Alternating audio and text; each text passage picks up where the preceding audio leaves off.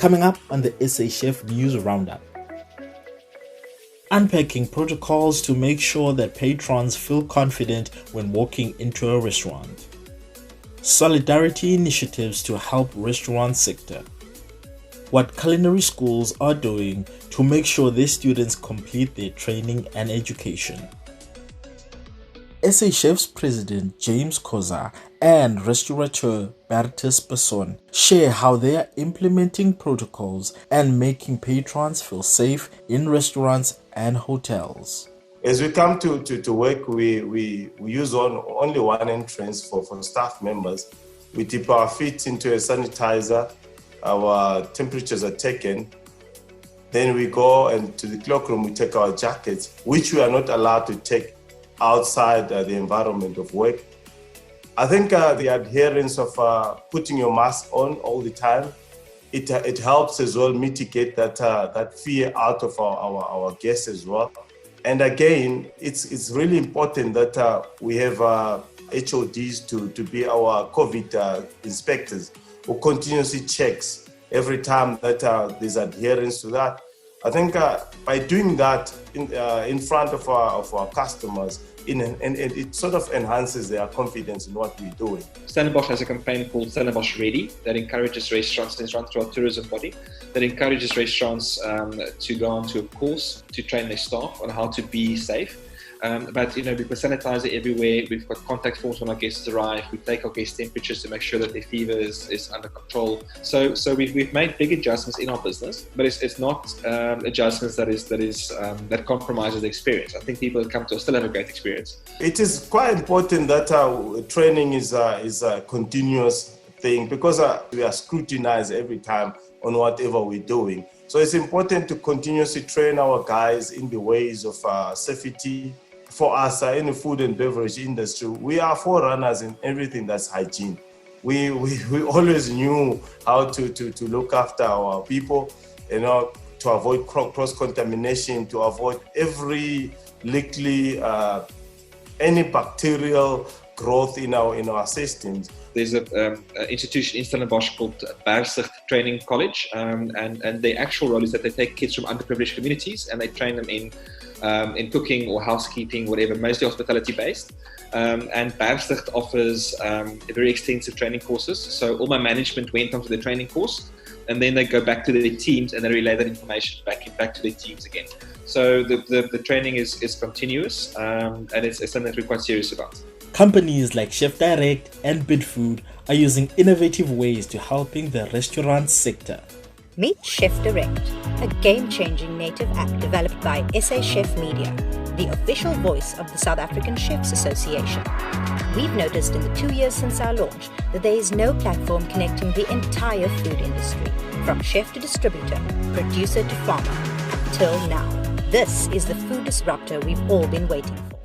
Chef Direct was launched in November 2018, and since then we have been connecting F&B suppliers with chefs, with restaurants, but it's always been trade focused. And when the COVID-19 pandemic hit South Africa, we realized that we needed to find a way to help restaurants reach their customers in an easy and simple way. And with our latest update, we are essentially assisting people in streamlining their business. They can not only connect with 7,000 or more than 7,000 restaurants, F&B buyers and suppliers, but now they can connect with their customers as well.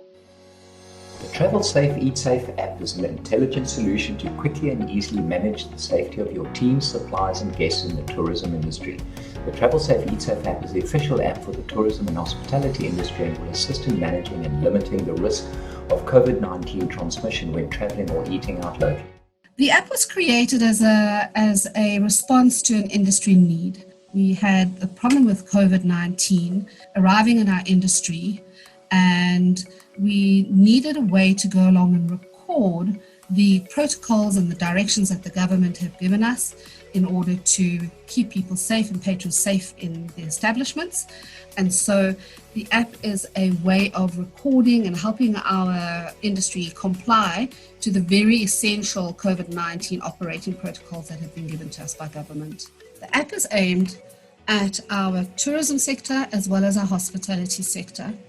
It is aimed at everybody, so both the formal and the informal parts of the sectors. There's a free version and there is a paid for version. And I like to say for the cost of a cocktail, you are able to go and get an enormous amount of functionality in an app, which is 95 Rand a month. But there is also a free version that we've made available for those people who need the functionality that the app gives. And there's training and protocols, etc. that's accessible in the app. We have over 7,000 restaurants and F&B suppliers currently on the app. Probably about half of these are businesses, and the other half, I would assume, are chefs or people who are actively using the app.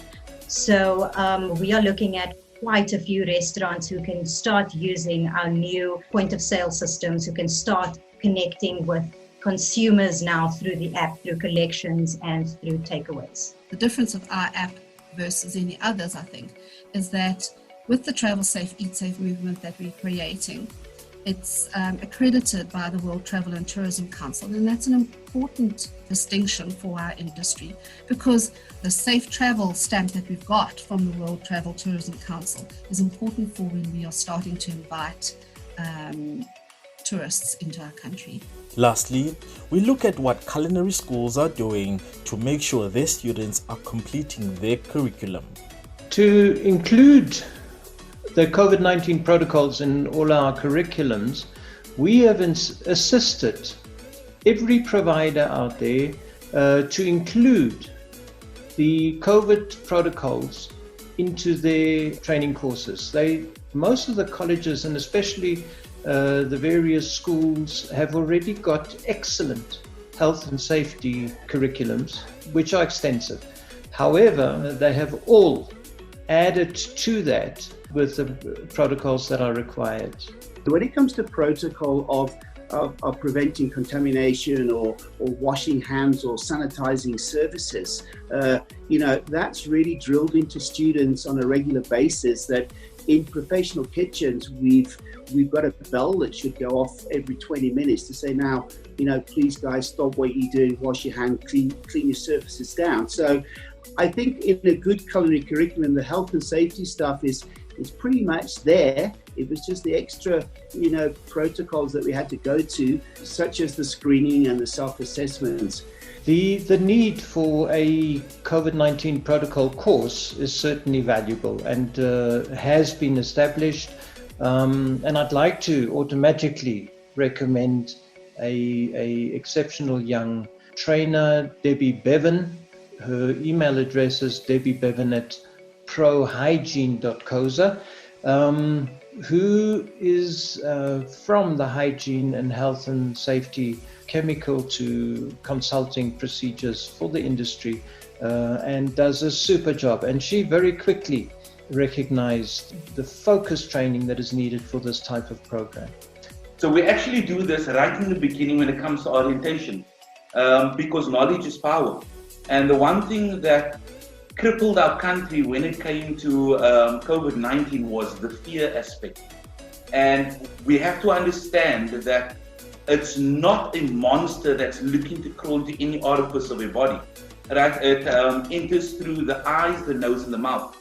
And getting people to understand that and the training around it actually comes in the very beginning, so that we get over the fear. And once that fear is gone, then people can actually do proper learning, right? Making sure that they know the protocols. So that's the first thing we teach them, is how does this virus actually work? How does it spread? And what can we do to combat this virus? And that's our SA Chef News Roundup, focusing on the issues affecting the food and culinary industry. Here are some events confirmed for 2020 and 2021.